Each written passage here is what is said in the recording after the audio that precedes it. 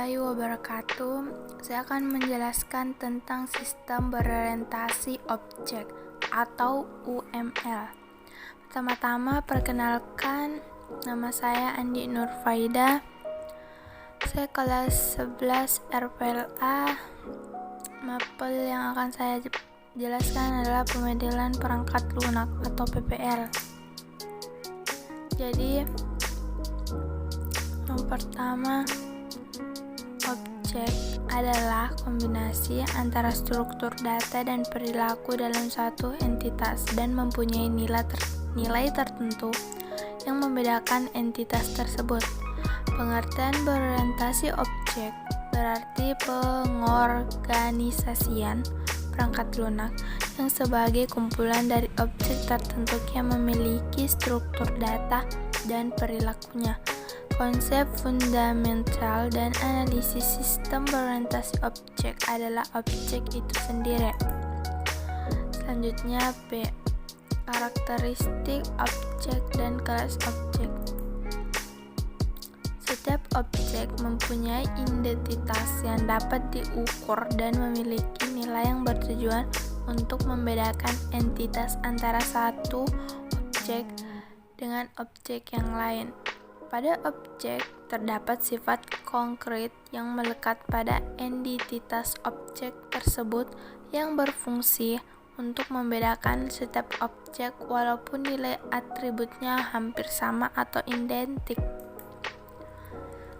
Selanjutnya, objek yang terbagi dalam atribut, operasi, metode, fungsi, dan makna yang sama akan membentuk sebuah kelas yang merupakan wadah bagi objek yang dapat digunakan untuk menciptakan objek.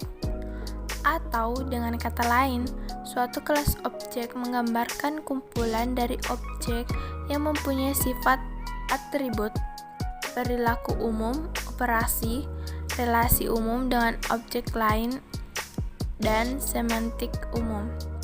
Fungsi kelas objek adalah mengumpulkan data, atribut, dan perilaku operasi yang mempunyai struktur data sama ke dalam satu grup.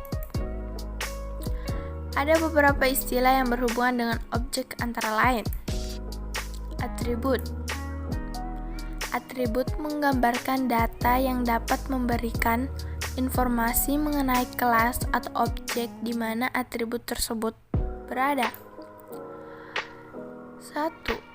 Metode. Metode adalah subprogram yang tergabung dalam objek bersama-sama dengan atribut. Metode dipergunakan untuk pengaksesan terhadap data yang terdapat dalam objek tersebut. Sering juga disebut sebagai prosedur atau function. Yang kedua, message. Message merupakan cara untuk berhubungan antara satu objek dengan objek lain dan cara mengirimkan pesan oleh suatu objek kepada objek tertentu. Yang ketiga, operasi. Fungsi di dalam kelas yang dikombinasikan ke bentuk tingkah laku kelas suatu objek. Selanjutnya, bagian C. Metodologi berorientasi objek. Dalam metodologi berorientasi objek, terdapat 3 cara yang sering digunakan, antara lain 1. Encapsulation atau pengapsulan. Encapsulation merupakan dasar untuk pembatasan ruang lingkup program terhadap data yang diproses. Data dan prosedur atau fungsi dikemas bersama-sama dalam suatu objek, sehingga prosedur atau fungsi lain dari luar dapat mengakses kecuali prosedur yang berada dalam objek itu sendiri. Yang kedua, inheritance atau pewaris. Inheritance adalah teknik yang menyatakan bahwa anak dari objek akan mewarisi data atau atribut dan metode dari induknya langsung. Atribut dan metode dari sebuah objek induk akan ditirukan kepada anak objek dan demikian seterusnya. Ini menandakan bahwa atribut dan operasi yang dimiliki secara bersama Dalam sebuah kelas objek mempunyai hubungan secara hierarki. Metode ini menggambarkan generalisasi dari sebuah kelas objek. Yang ketiga,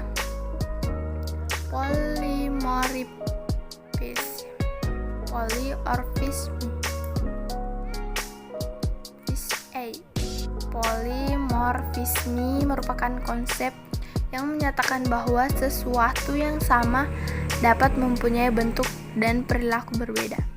Ini berarti bahwa operasi yang sama mungkin saja mempunyai perbedaan dalam kelas yang berbeda atau bergantung kepada objek yang menciptakan objek tersebut. Bagian D. Pemodelan berorientasi objek. Sebuah model objek menangkap struktur statis dari sistem dengan menggambarkan objek dalam sistem. Model berorientasi objek lebih mendekati keadaan nyata dan dilengkapi dengan pengajian grafis dari sistem yang sangat bermanfaat untuk komunikasi dengan user dan pembuatan dokumentasi struktur dari sistem. Thank you, sekian dari saya. Wassalamualaikum warahmatullahi wabarakatuh.